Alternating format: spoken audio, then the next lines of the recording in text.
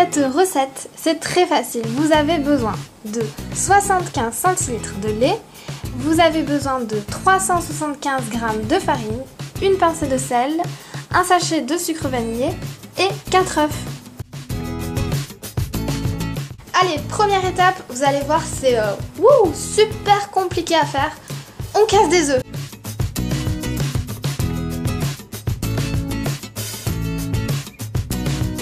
Ensuite, je pense que tout le monde voit où je veux en venir, hein. On va tout simplement fouetter nos œufs.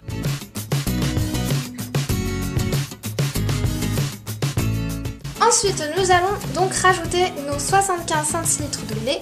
Donc je vais faire ça avec mon super verre doseur que je trouve génial parce qu'il est trop mignon avec plein de petits dessins partout. Enfin, voilà, c'est sympathique quoi.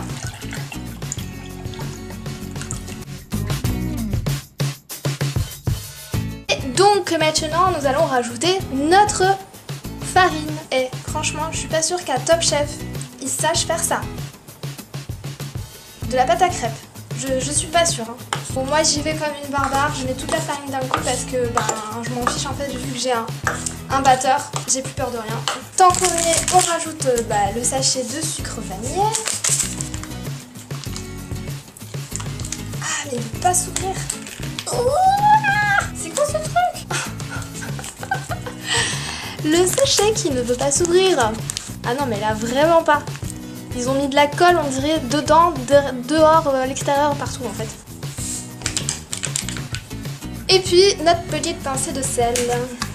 Environ ça, voilà. Même si honnêtement je sais pas trop à quoi ça sert. Parce que je pense pas que dans une quantité pareille on le sente.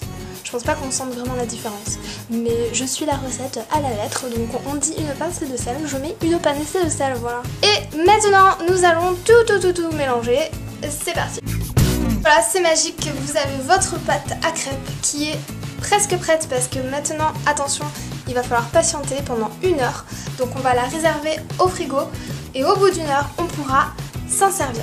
Au frigo ou ailleurs d'ailleurs en fait, hein. Je pense qu'on peut même la laisser à température ambiante. Et voilà, donc là, ma pâte a bien reposé pendant même bien plus qu'1 heure.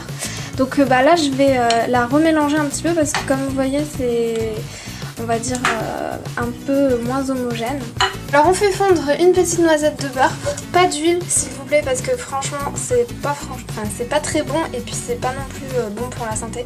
L'huile de tournesol, tout ça, les huiles de friture d'une manière générale.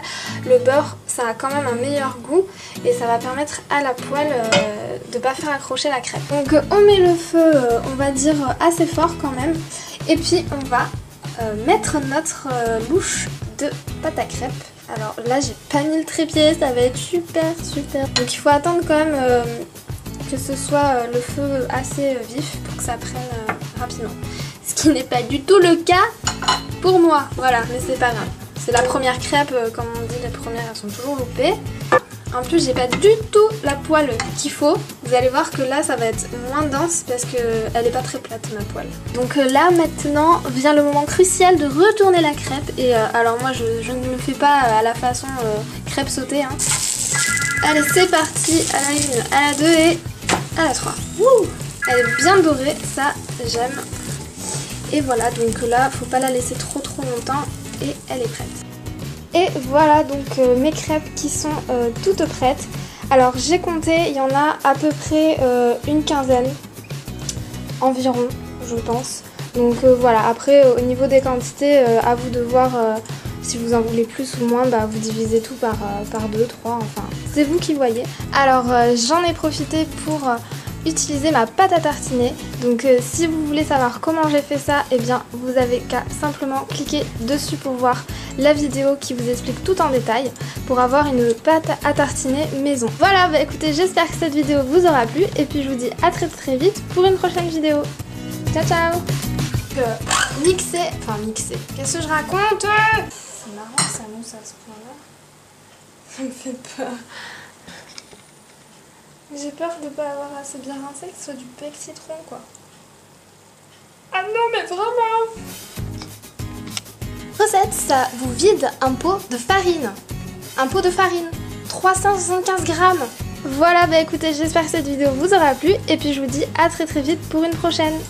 Non, ça ne marche pas cette phrase.